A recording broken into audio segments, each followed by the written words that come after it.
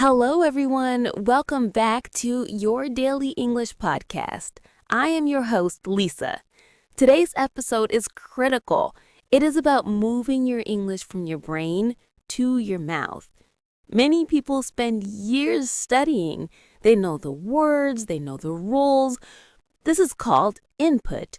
But when it is time to speak, the mouth stops. This speaking ability is called output. Today, we focus on increasing your output. Our friend Paul is here to share the detailed plan for daily practice. Welcome back, Paul. Hello, Lisa, and hello to everyone ready to speak. We all have an inner critic, a small, mean voice in our head that says, "Don't speak, you will make a mistake." We must defeat this inner critic with simple daily practice. Paul, let's explain the difference between input and output clearly.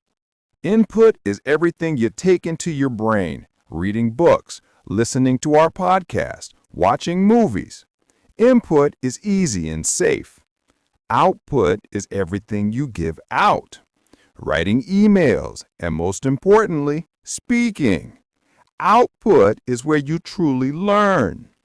So if I only study grammar books, my input is high, but my output is low.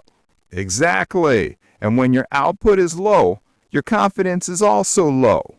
Our goal today is to give you zero-risk ways to practice speaking every single day. Let's start with the best method for people who are scared. Zero-risk practice. This is practice you do alone. The first and most powerful rule is the mirror rule or self-talk. You talk to yourself in English. The goal is to make simple sentences automatic. What are the 3 kinds of self-talk we should use? 1. The describe rule. You look at the world around you and say what you see. Example, I see a blue chair. The clock says 8 o'clock. The tea is hot. 2. The action rule. You say what you're doing right now. You use the present tense. Example, I'm making dinner now. I'm cutting the onion. I'm walking to the bus stop. 3. The feeling rule. New. You talk about how you feel today. Example, I feel a little tired today. I'm happy because the sun is shining. I'm worried about the test tomorrow. The feeling rule is very important because feelings are part of every conversation. Yes, and here's an extra tip. Use a timer. Do not try to talk to yourself for 30 minutes. Set a timer for 3 minutes of self-talk every morning. The short time makes the habit easy to keep. Now let's talk about making those words sound good. This is for pronunciation and speed. The technique is shadowing. Shadowing is when you listen to a native speaker and repeat immediately. You copy their sound, their speed, and their rhythm. You do not wait until the end of the sentence to repeat. You speak at the same time as the speaker. How do we choose the right material for shadowing? The material must be simple, short, and slow. Simple. Choose a children's story or a very simple English news report, not a fast movie. Short. Choose only 1 minute of audio at first. Slow. If the speaker is too fast, slow down the audio speed on your app or computer. And do we have a way to check if our shadowing is good? Yes, this is the repeat and record technique. Step 1. Shadow the same 1-minute audio 3 times. Step 2. On the 4th time, record your voice on your phone while you shadow. Step 3. Listen back to your recording. Does your sound match the original speaker? This technique helps you find the words and sounds that are difficult for your mouth. You focus on improving only one sound at a time. We have practiced alone and we have practiced the sound. Now let's move to scenario practice using the role play rule. This is where we prepare for real conversations. The role play rule is essential. You pretend you were in a situation. You can do this with a friend, a teacher, or even a talking app. What are the 3 most important scenarios to practice? 1. Introducing yourself. Giving your name, your job, and where you're from. 2. Asking for information. Asking directions or asking about a price. 3. Giving an opinion.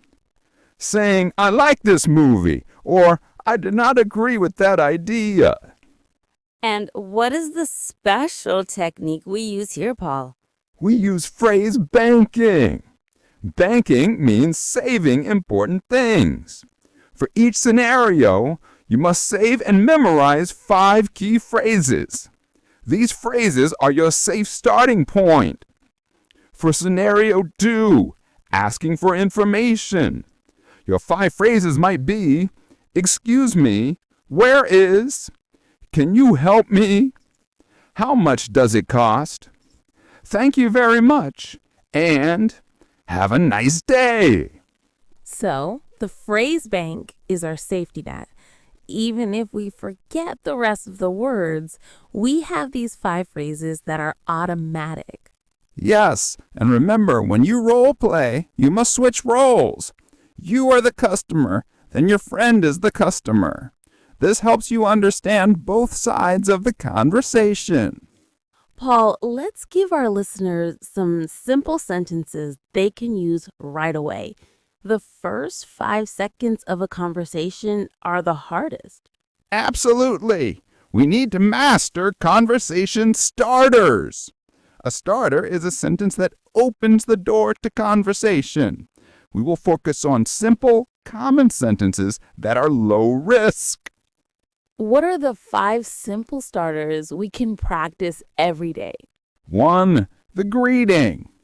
Say, hello, how are you today? Or, good morning, how is your day going?